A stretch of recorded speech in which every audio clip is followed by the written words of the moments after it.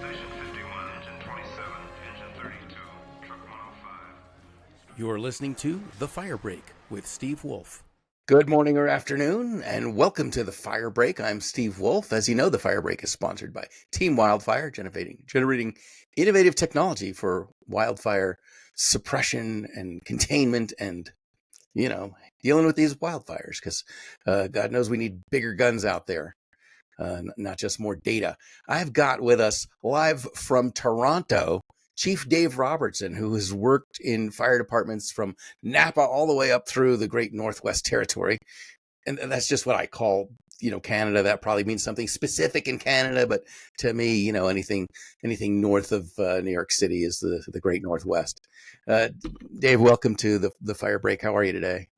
I am great. Thanks so much for having me on here. This is I'm excited for this one. This is great. Because I watch your podcast, and I was like, oh, okay, this I knew somebody who did. I guess it was you. That's funny.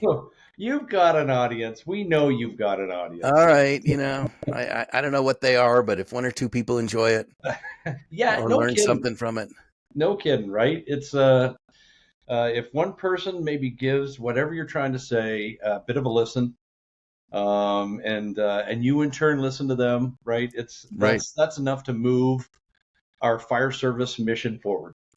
Yeah, it's just about there's no progress without conversations. Yeah, amen to that. Absolutely. Trying to bring everyone to the table and find out. Yep.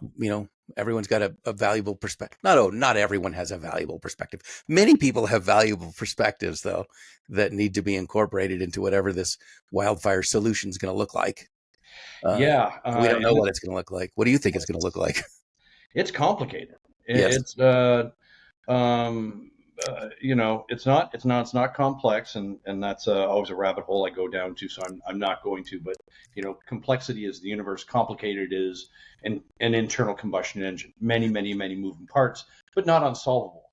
Right. And so I think the wildland space is complicated. We've got a lot going on that has to be addressed on many fronts across many regions with many organizations, hundreds, if not thousands of big player stakeholders, each one of them having a voice at the table. Everybody seems to have the magic bullet, and I don't think that's it. No, right? It's not. No, it's going to be a machine gun approach. We're gonna need 712 magic bullets, and I think any organization that is putting some good innovative thought out there is a great thing. It's moving us forward. Yeah. So what have you seen? I know I frequently refer to Canada as the country that can't keep its smoke to itself, but when you're dealing with the scope of the fires that you have, the magnitude of them, and the tiny workforce available to address it. Well, I think the workforce is it's a couple things. When you have a fire burning in the off camera before we started recording, we were talking about California and the Sierra Nevada mountains. Beautiful place. There's definitely some remote areas out there, but it's pocketed with far more towns, and the towns tend to be a little more populated. Instead of a town of 800, which is in the middle of the mountains in British Columbia somewhere, it would be a town of 3,000, 4,000, 5,000. And consequently, it's a much greater risk to that population. There's more structures that need to be protected. And so you'll see more of a workforce, usually through CAL FIRE, but obviously CAL FIRE working with the local forces as well, and sometimes the feds. And of course, when things really go south, factions from even outside the country. That's why you'll see more of that than what you do in Canada. So the workforce is partly about there's a fire in the middle of nowhere. We've got 7 hunting shacks that are maybe threatened. We've already got them evacuated. Eventually you need to kind of, resource allocation. Right. And it's like, well, we're obviously in a time frame or a weather period where we're going to need those resources available in more critical areas. As soon as you dedicate them, they're dedicated. As mobile as they are, they're dedicated. So if you dedicate them for the 7 hunting structures instead of a town of 2,000, Right. you're putting yourself behind the incident curve. Right. Yeah. And then it's that wave rolls further up, right? You're weighing the town of 2,000 against the town of 500,000, right? And Absolutely. keep Absolutely. moving those resources around. So, Absolutely. but in any case, right, it's allocating limited resources, which are inadequate to managing the whole problem. So you just have to say, well, which part of this are we going to handle? Yeah, and we scale up, obviously, in California. For those that don't know, I spent a good portion of my time in California. I spent 26 years in the fire service in California before coming back to Canada. So I'm pretty familiar with that whole scene. Having been with Napa County Cal Fire, I was with City of Alameda, and we actually, like most other urban departments in California, we had a potentially dedicated crew to deploy all the time. We had Type 3 engines as part of our apparatus complement, so we were always ready to go. So everybody's always ready to go in California. But I lost my train of thought, Steve, because you asked a great question, and I don't want to leave that question. It was a question just about resource allocation and how that was different in California than it was, in Canada. It is, and it isn't. It's all about scale. Mm-hmm. Scale, triaging these fires in relation to population density, how defensible is a town, what kind of fuel load is it moving within, and within what weather conditions is it moving in. But that doesn't change.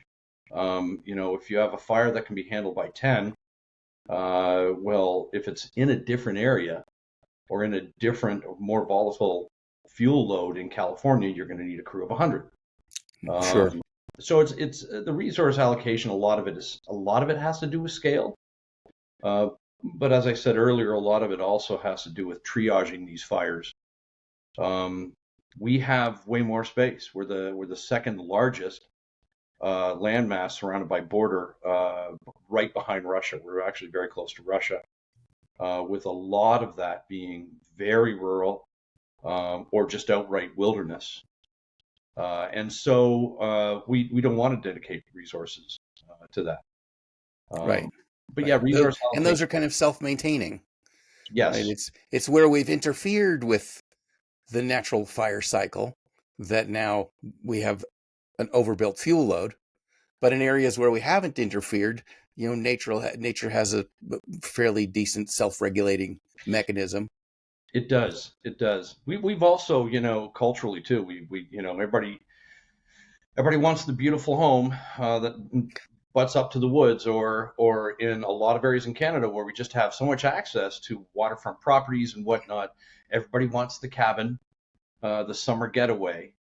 So that's another thing and that's maybe one of the biggest things that I think concerns me is we have these smaller departments. There are some formal definitions as to what a small department is. Sometimes a small department is very obvious. It is all volunteer. It is in a rural area. They have one apparatus. They have 10 people that may respond. That's a small department. Another definition of a small department is anything under 5 stations. Well, that's about 80. I think it's somewhere between 80 and 85% of all the fire departments in North America are 5 stations or less. So are they considered small? In some definitions, they're considered small.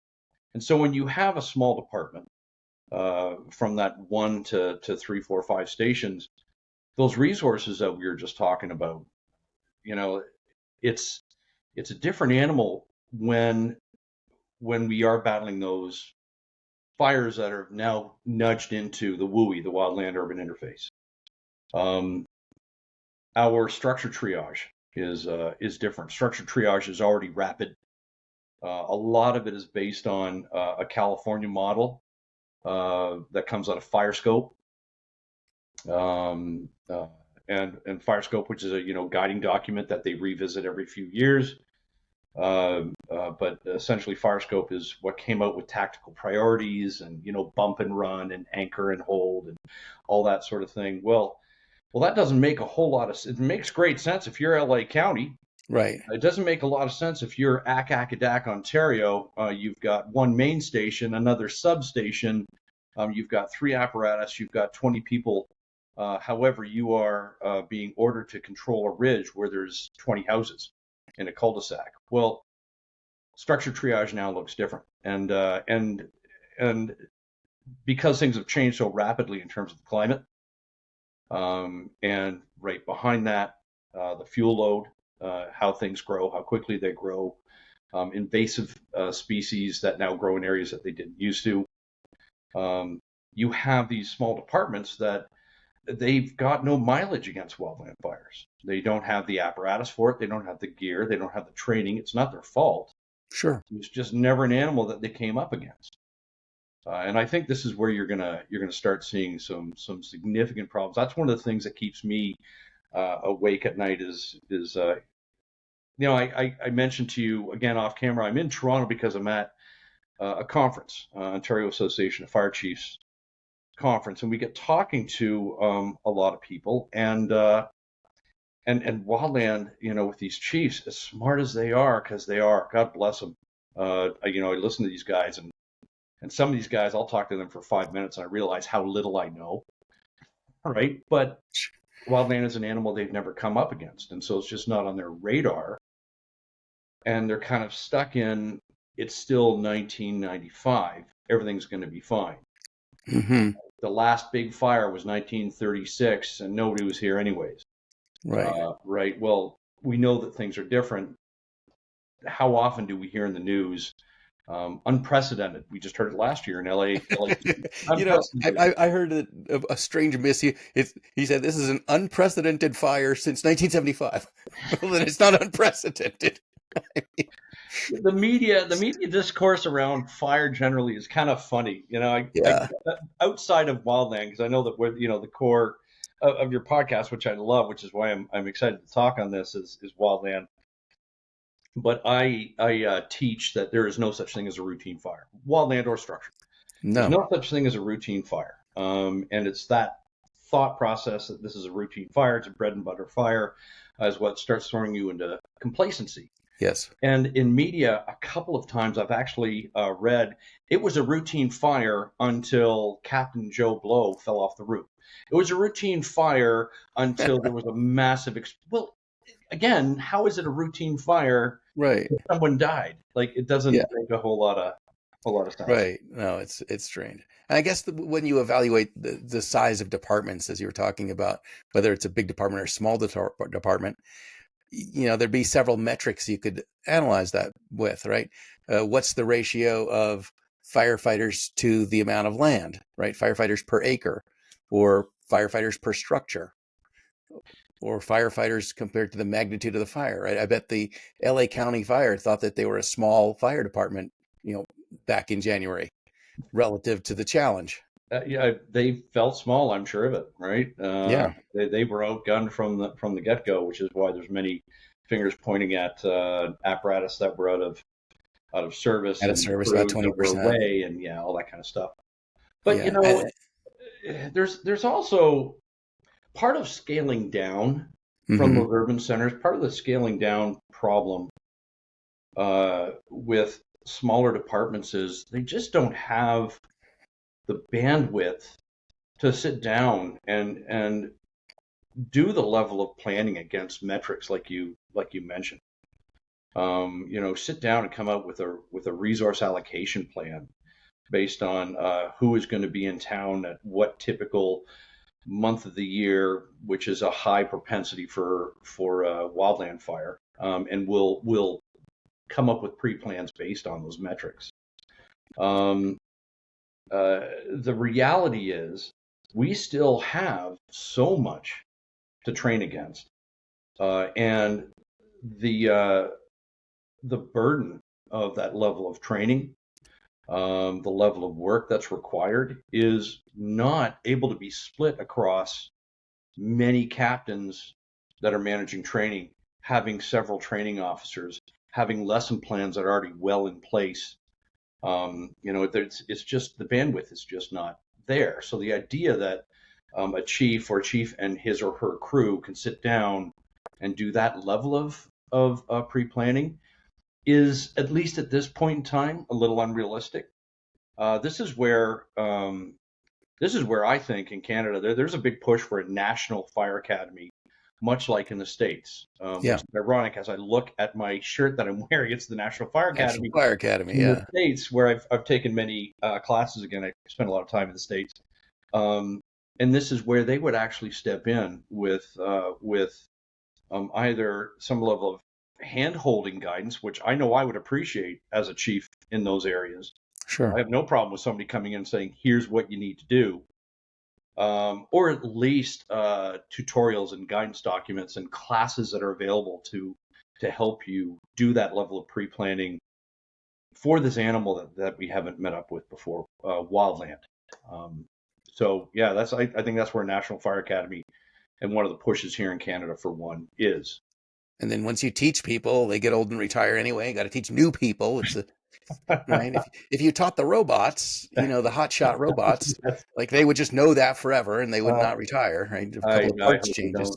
I hope we don't get robot firefighters. That would be that would not be. Well, I mean, and to some degree, that might be useful. It's like, we don't dig coal. Well, okay, we dig coal more than we should, but we don't dig it out by shovel anymore. We have a big machine that goes in there and does the work of thousands of people working by hand. I think that there are some either ultra high risk situations like high acuity hazmats where we would never send anybody in, or maybe into a flaming front in a wildland fire, trying to get very clear assessments on fuel load and terrain that maybe drones and satellites are not able to pick up because there's resolution issues depending on what satellites you utilize and what caliber of drone you utilize and camera capabilities and whatnot.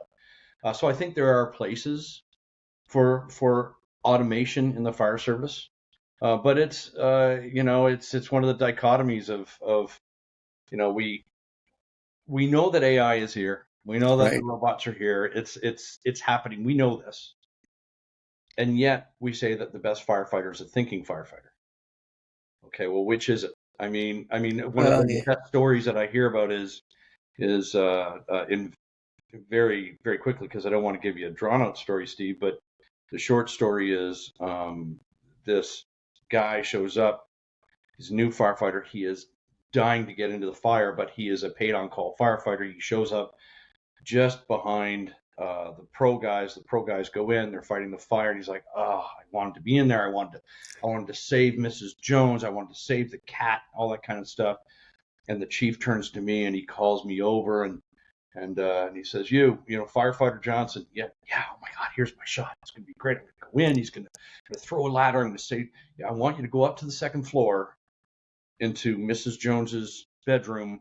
I want you to get her slippers and a robe because she's outside, she's cold. Right? And I go and I do that and I give Mrs. Johnson slippers and a robe. And I was like, crestfallen. I didn't go in the fire. And sure enough, she gets interviewed afterwards and she says, I don't remember much. It was the middle of the night and I lost a lot, but I do remember this. The fireman brought my slippers and a robe. A robot's not going to have that wherewithal, right? A robot's not going to remember the connection between what our mission is and human beings, our fellow citizens that walk this earth. Absolutely. Right. So I think there's going to be a place for robots and in wildfire. Absolutely. It's like we can send the Mars rover to Mars, and we don't know that it's, that the conditions are hospitable there for humans. Right. Ditto, in an environment where it's full of toxic smoke and untenable temperatures. You'd send in equipment. Totally agree. I think there's going to be some great stuff done with AI coming up. I know that I mentioned earlier some issues around resolution. I know that there are some high companies coming up with ultra high res. Aurora Tech is coming out with some great stuff. So they just did a partnership with Canada. Oh, really? Oh, that's awesome. Yeah. Okay. So because they heard that song and they responded. You say you want a resolution. Well, they gave it to you. I didn't So, know there'd be dad jokes on here. oh, more of those than any other. Yeah. And what about like a Gary Kasparov, right? He would have been in the camp that like, oh, the best chess players are people, until he went up against Deep Blue, and then like, oh, okay, computers can actually not only play chess, but they could kick our butt in a logistics match. And That's I'm a good wondering about, analogy. yeah, and Yeah. I wonder about that in terms of thinking of a fire as maybe a 100,000 acre chess match, That's and, interesting. and look at all of the moving pieces, and at some point, computers will be able to parse that data and make conclusions faster than somebody who comes along saying, I've been fighting fire since you were 4 years old and no computers can tell me what to do. Well, that was a Gary Kasparov's attitude too. Yeah, I think that's fair, and I think maybe I think firefighting, especially the wildland space, may be one of those great examples of where we're going to be able to. This is going to be AI and automation, and it's going to be augmentation Yes. more than replacement, Yep. right? Because there are little things like with Kasparov, right? So Big Blue, obviously, that it was based on the 8.5 billion probabilities of movements, and it would read the movements until eventually it would bring them down to the very few movements that were available to it against Right. Kasparov's counter moves. What the robot won't see is whether or not Kasparov has a tell, like in poker. Right. The little beat of sweat because he's Right. Or he plays with his right? ring or Or something. right, they're not going to read those kinds of things. So I Yep. think there's going to be some parallel work being done. Absolutely. So you think the fire has a tell? Well, okay. So we look at Maybe. fuel load. We know what a fuel load is. Right. It's been growing for a certain amount of time because we had bud break on this day when things started showing growth. We've had this kind of weather pattern. We know that these species are here. We know that that particular pocket of terrain has got invasive species, et cetera, et cetera, et cetera. And we can plot all these things out against the terrain that it's growing on. But what Yes. people will forget is somebody started throwing old bits of furniture, couches, and desks and bags of garbage in the middle of this. And that doesn't get, sorry, excuse me. It's a test.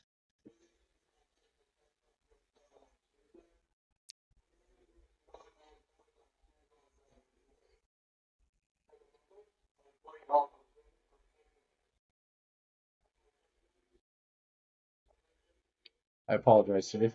No, that's fun.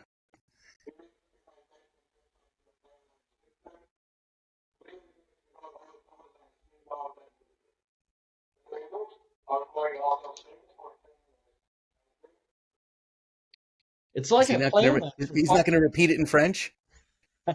You would think, actually, they normally would. I'm surprised they haven't. Yeah. I mean, at what point does speaking English with a French accent substitute for actually speaking French? You would be surprised. Attention, attention. Yes, yes. Actually, there is a brand of French in Canada called Franglish, which is basically just it's these bastardized English words that you kind of throw a little bit of French into them, and everybody kind of understands each other somehow. Oh, that's great. That's Yeah, fun. That's fun.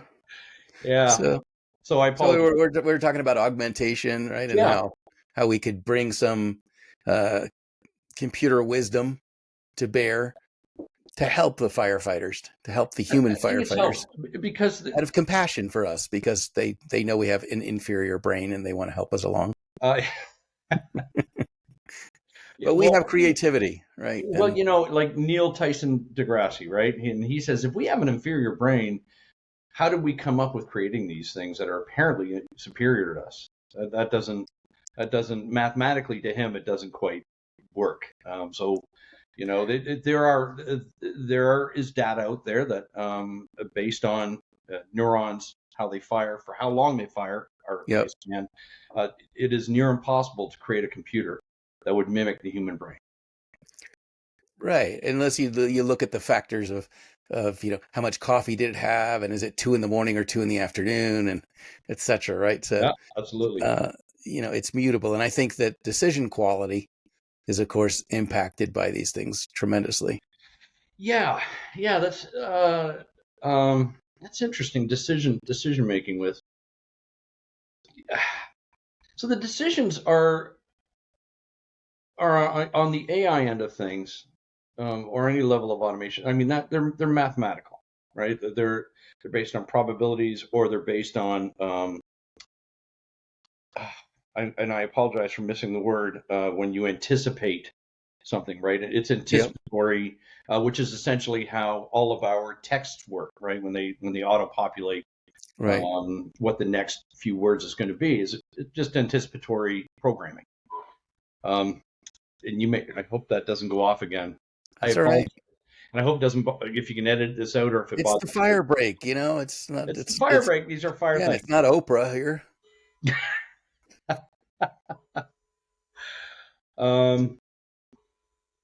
You want me to wait for this or talk through it? Yeah, no, talk through it like we normally do.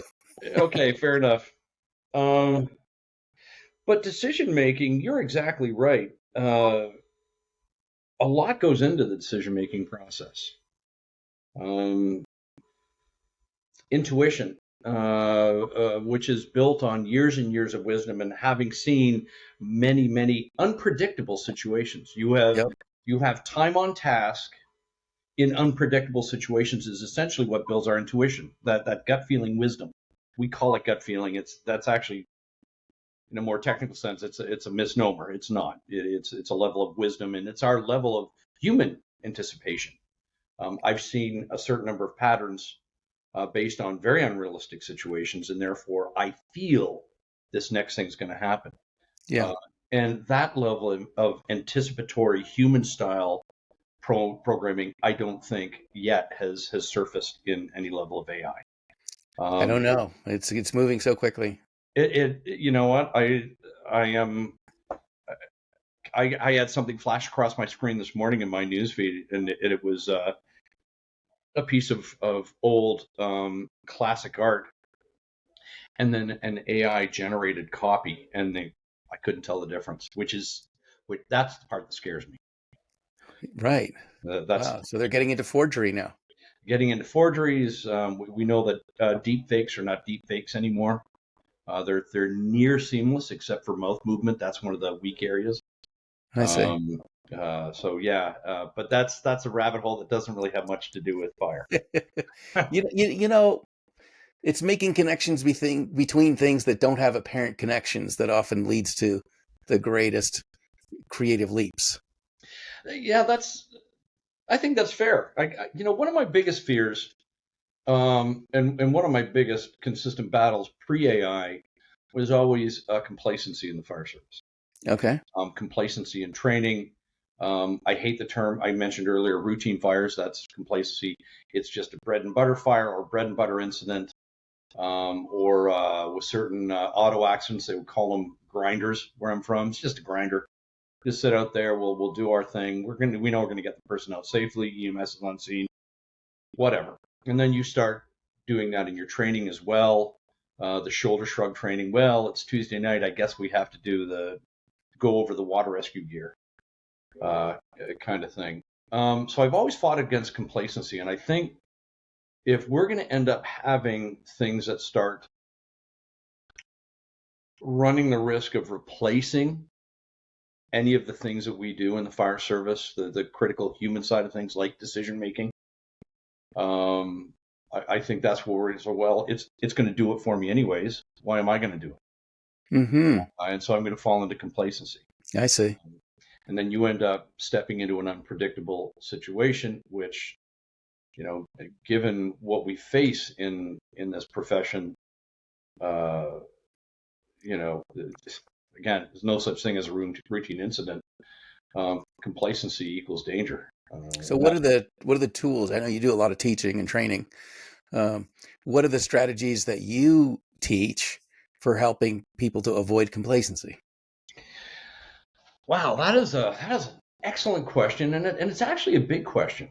There's not any one uh, thing. I think that I think first of all, having people in leadership positions, which are different than positions of authority. I do not agree that a chief is a leadership position.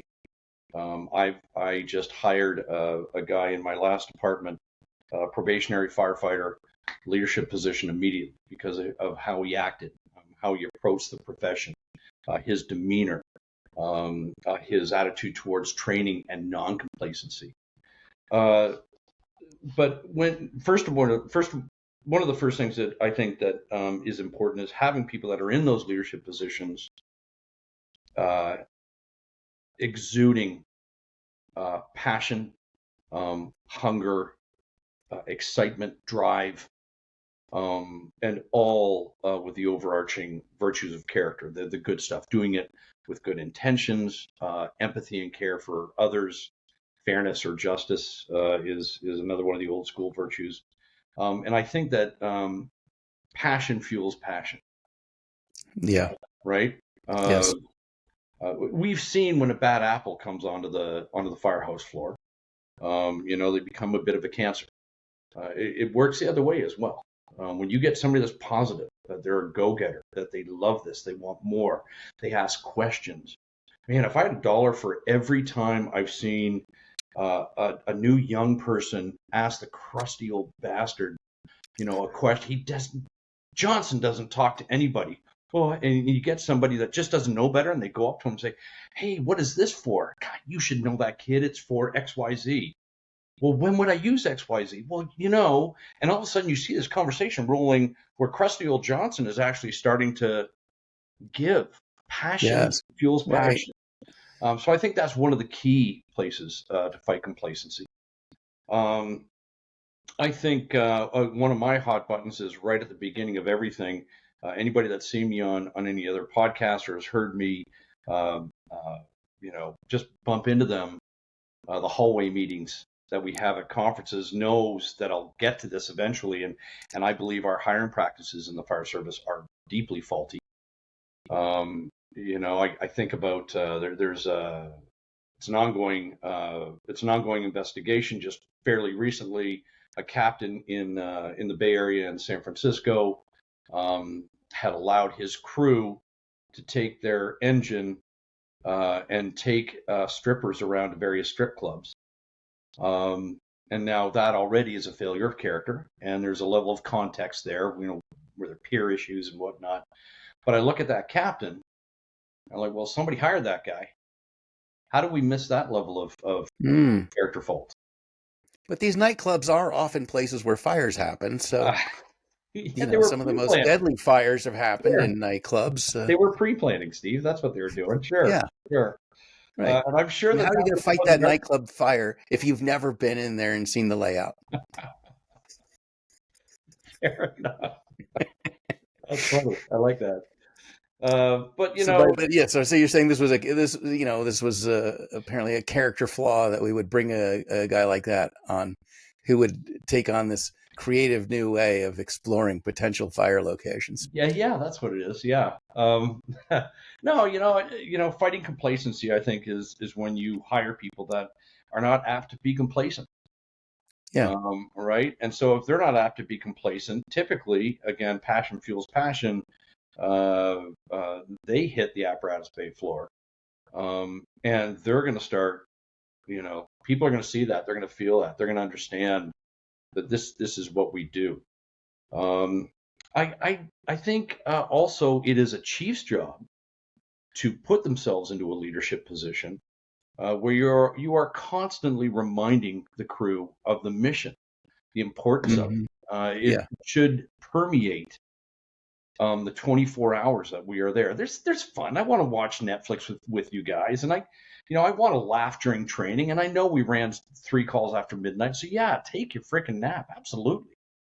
So I'm not saying any of that, but I also think a firehouse should be a place where the sayings are on the walls, right? Where you actually do have things in frames that say, "This is our mission, this is our vision, Don't forget Mrs. Jones. That's why we're here.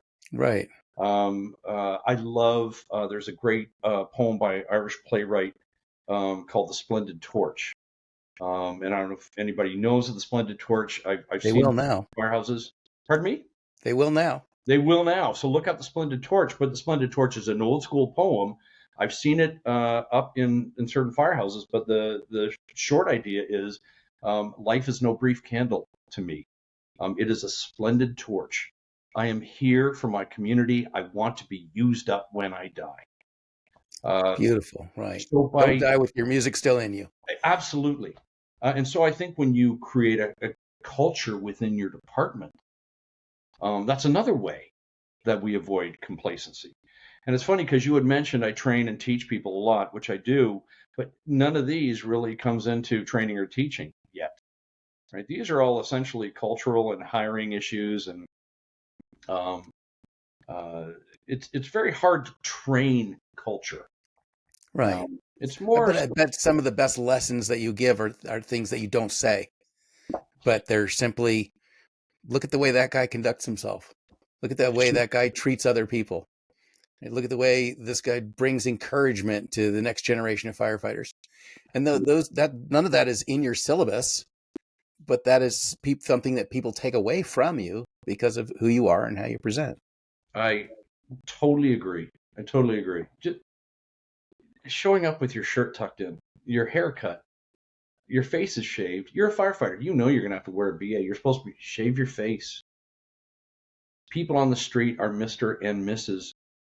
That's or right. yes, sir, or thank you. Ma'am. I mean, these are, and sure, they're a little old school, and I get that. And we're definitely culturally, like all of our culture is definitely moving away from elements of that. But I don't know if this is a profession that should move away from that. This is, deep respect for the people that paid for the damn engine we rolled up on.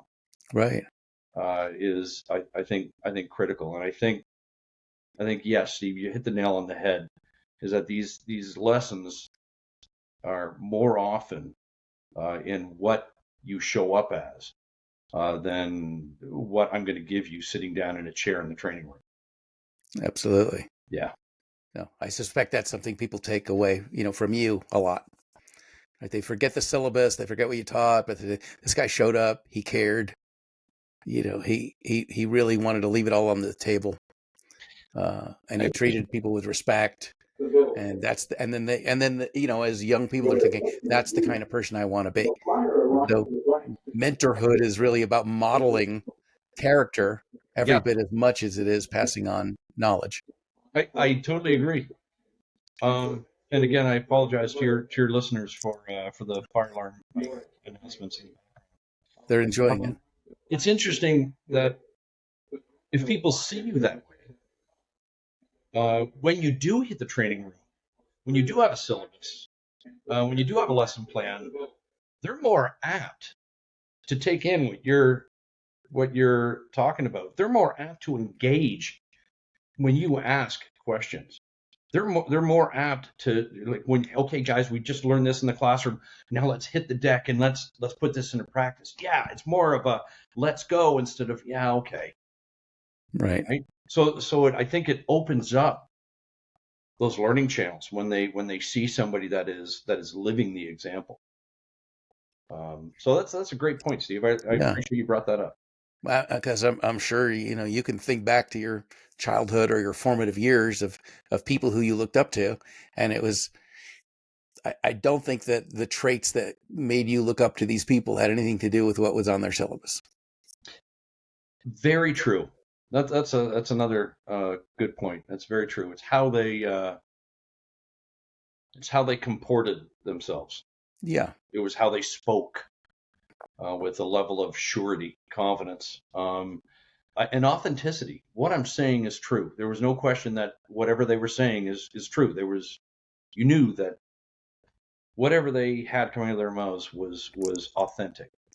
I recently had the opportunity to listen to General Romeo Dallaire. Now, he's a Canadian general, which means he may not be known to your American or international listeners. but a lot of people know about the movie The Hotel Rwanda, Oh, yes. right? And it was about the Rwandan Yes. genocide and the What a UN, movie. and the UN peacekeeping force that was stuck there. Well, that was run by Romeo Dallaire. He led that force. And he actually, in the face of these tens of thousands of people a day being slaughtered by machete in Rwanda, and the dangers to his small UN peacekeeping force, which from a military perspective or a tactical perspective weren't supposed to engage. They could only kind of sit back and protect themselves, essentially. He was given the order right from the UN Secretary General, you are to withdraw. And he said, no, I will not withdraw. Because he said, well, that order had a legal basis because he was my commander. Morally, it wasn't right. And so as you heard him speak, there was a timbre to his voice. There was a tone to his voice that as he said this, it was absolutely true, that it was morally right to stay there and protect these people. There was no question. So listening to people like that, how they speak, I think that's always a great tell. Sure. Having to tell. Do you think there'd ever be a corollary in the fire service where someone, breaks the chain of command because they dispute the morality of an order? Well, it's there generally somewhat allowed.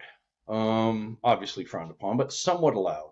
I'm trying to think of an example I heard recently, and I regret not remembering the chief or the department, because it was someone that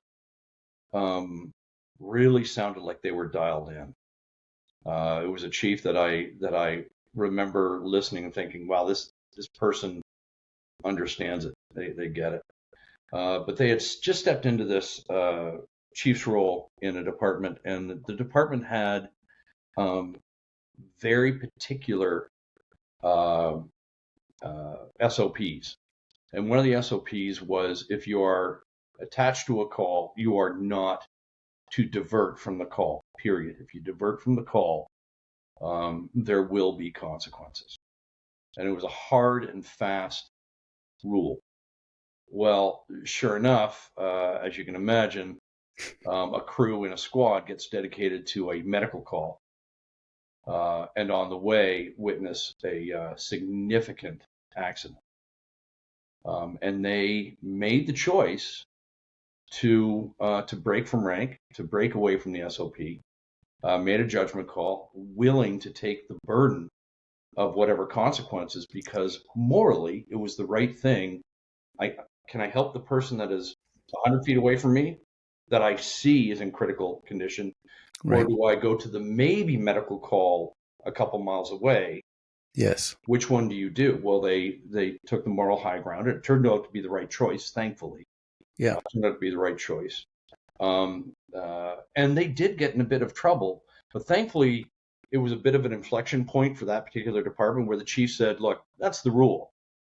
And there's going to have to be some discipline. But you two, by doing this, have kind of helped move the needle away from that a little bit. So yeah, I think there are examples out there of people being able to move away from the hard and fast rules, move away from just what the chain of command is. It kind of goes into a lot of the things that we're moving towards in the fire service. The decentralized command, for example. Right. Not that long ago, it was, I was in command, I was the IC, I was on the radio, you're going to do this, you're going to do that. Well, you get these amazing guys that just blow my mind by how much they know. One of them, I cannot believe he's a mentor of mine, is Anthony Castro's.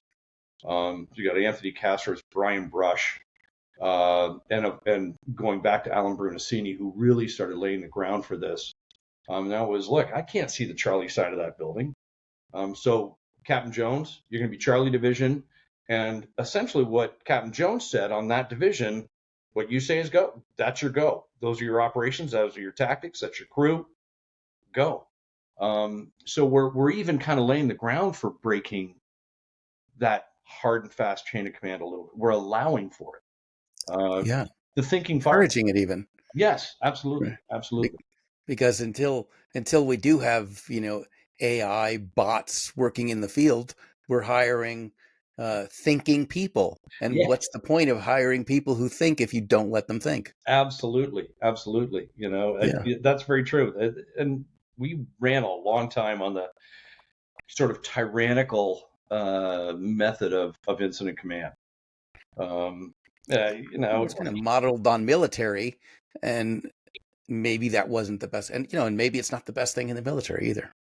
even the military is moving away from it. Right. Have you heard of Mike Abrashoff, by the way? No, I haven't. Mike Abrashoff. And don't say, well, he was on your show 6 weeks ago. Whoop. You should get Captain Abrashoff on your show. I'd love to. He took over a ship. The Benfold, I think, is what the name of the ship was. And they have metrics against which they measure within their class how these ships perform, and they get ranked. Apologies. I am going to wait for this one because it's very loud.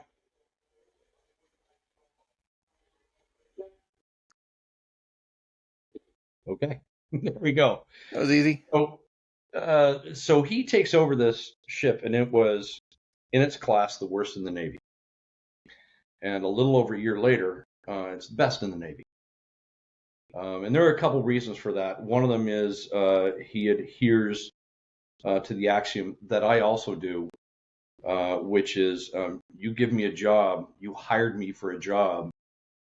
We have a thing in the fire service, new chief, and you land somewhere, you just take your time, get a lay of the land, get to know the players, take it easy. Why? Where's the rule book for that? Yeah. I can understand that there are some social reasons for taking it easy. Sure. Right? Maybe I don't come in first shift or third shift even, both guns blazing, and we're going to change the color of our T-shirts and all. No, I'm not talking about that. But you hired me to do a job, and if you say, come in, we need culture change, we need fire service culture and operations infused into this department that is lacking, and I'm like, okay, yeah, I'll do that. Somewhere around month 6, I'll start. Well, why? So Abrashoff broke that mold in the Navy, which also adhered to that axiom, take it easier. And he's like, came in, and I started making changes right away. That's my job as the captain of this ship. So he did that. But going back to the thinking firefighter, or hiring people to be thinking non-automatons, he started passing things off. And it's like, so why do you have that problem? Well, the problem is because XYZ keeps happening. Okay, come up with a solution, right?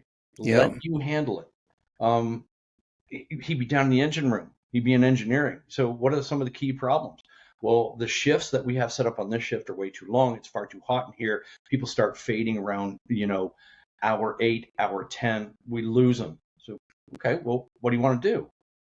What do you mean? Well, fix it. Shorten the shift. I'll okay it. You fix it. And he walks away. So it was kind of his level of decentralized command. Consequently, in the various metrics, war games, maneuvers, whatnot, deployment times, all the metrics that they use in the Navy, they became the best in their class in just over a year by allowing people to be thinkers. You hire them for a reason.